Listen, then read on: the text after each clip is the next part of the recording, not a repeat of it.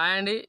సాధారణంగా మనము ఫంక్షన్‌లో గానీ, బయట ఎక్కడైనా గానీ, బంధువులను గానీ, లేకపోతే మనకు తెలిసిన వాళ్ళని గానీ మనం కలిసినప్పుడు వాళ్ళడిగే మొదటి ప్రశ్న ఏందంటే, "ఏం జేస్తున్నావు? ఎంత సంపాదిస్తున్నావు?"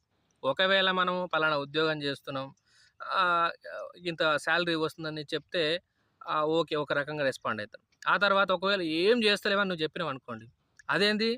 ఉత్తగనే ఉంటున్నావా? ఏం జేయకుండా ఎట్టుంటావులే, ఏదో పని జేస్తుంటావు గానీ మాకు జెప్పవని" మళ్ళా మాట్లాడతారు.